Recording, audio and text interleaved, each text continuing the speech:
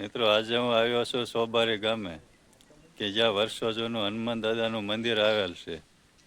તો વિડીયોમાં બન્યા રહેજો. આપણે દર્શન કરીશું હનુમાન દાદાના અને થોડો ઇતિહાસ જાણવાની કોશિશ કરીશું. તો ચાલો દર્શન કરીએ હનુમાન દાદાના. મિત્રો હનુમાન દાદાનું મંદિર આવેલ છે સોબારી ગામે આવેલ ગણેશ વાય તરફ. અહીં ગણેશ વાવની બાજુમાં જ આવે છે હનુમાન દાદાનું મંદિર. મિત્રો હનુમાન દાદાનું મંદિર ગણેશ વાવ તરીકે ઓળખાય છે. ચાલો તો પ્રથમ આપણે દર્શન કરીશું હનુમાન દાદાના. ત્યારબાદ થોડો ઇતિહાસ જણાવવાની કોશિશ કરીશું.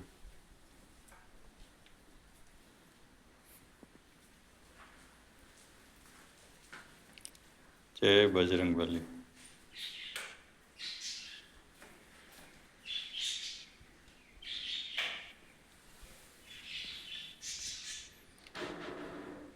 મિત્રો અહીંના પૂજારી બાપાએ જણાવ્યું કે હનુમાન દાદાનું મંદિર મહાભારત કાળનું મનાય છે.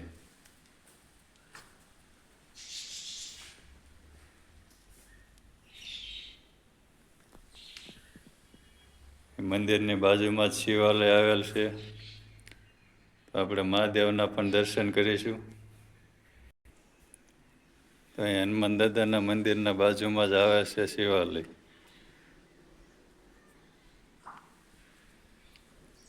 એ ગણપતિ બાપા. હર હર મહાદેવ.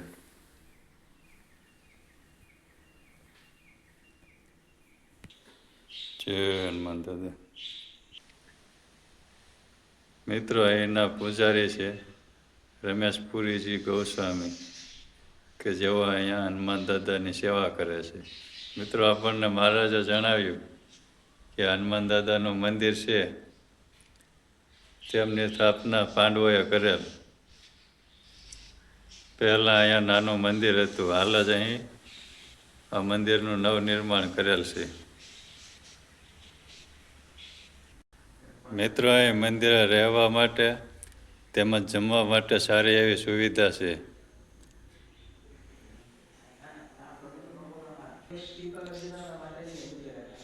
મિત્રો તમે ચોટીલા કે અન્ય જગ્યાએ હાલીને જતા હોય તો અહીં રહેવા માટેની જમવા માટેની સારી એવી સુવિધા છે.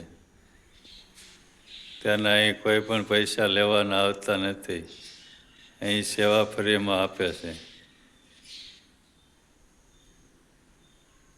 તમારે અહીં રાત્રિ રોકાણ કરવું હોય તો પણ કરી શકો છો.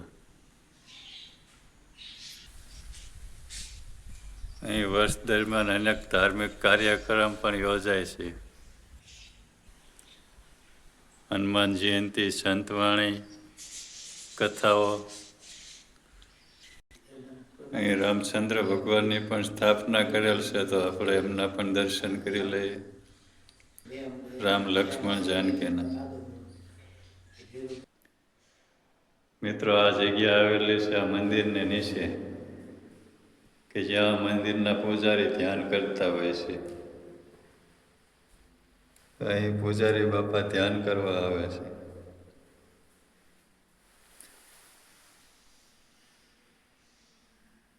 મિત્રો અહીં અંદર આવવાની મનાય છે, પણ તમને અહીં દર્શન કરાવી દો આ જગ્યાના. અહીં માત્ર ને માત્ર ધ્યાન કરવા માટેની જ છે આ જગ્યા. મિત્રો તમે અહીં સંઘમાં આવ્યા હોય તો તેમના માટે પણ પૂરતા વાસણ છે. તમે અહીં આવી રસોઈ બનાવી શકો છો. અહીં મોટો એવો હોલ આવેલ છે. તમે રસોઈ બનાવી અહીં જમી શકો છો. મિત્રો આ છે અહીં મંદિરનો બગીચો.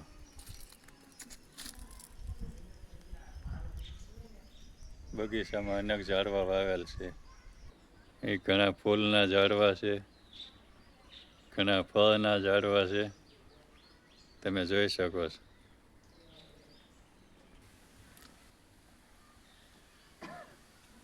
અહીં આવા અનેક વૃક્ષ વાવેલા છે. તમે જોઈ શકો છો.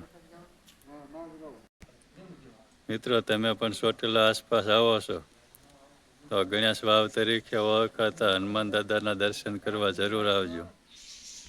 મિત્રો આશા રાખું છું હનુમાન દાદાના મંદિરનો વિડીયો તમને ગમ્યો હશે.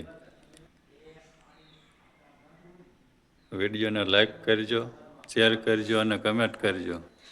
અને જો હજી સુધી તમે અમારી ચેનલ સબસ્ક્રાઈબ નથી કરી તો ચેનલને સબસ્ક્રાઈબ કરી લેજો, જેથી કરી નવા વિડીયો આવે તો આપના સુધી પહોંચતા રહે અને માહિતી મળતી રહે.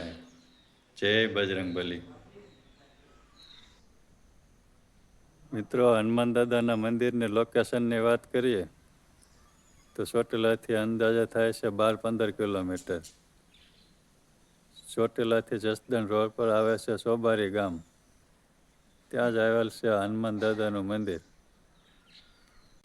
તો મિત્રો, આપણે દર્શન કરી લીધા છે હનુમાન દાદાના, મહાદેવના. તો મળીશું નવા વિડીયોમાં નવી માહિતી સાથે. જય બજરંગબલી. હર હર મહાદેવ.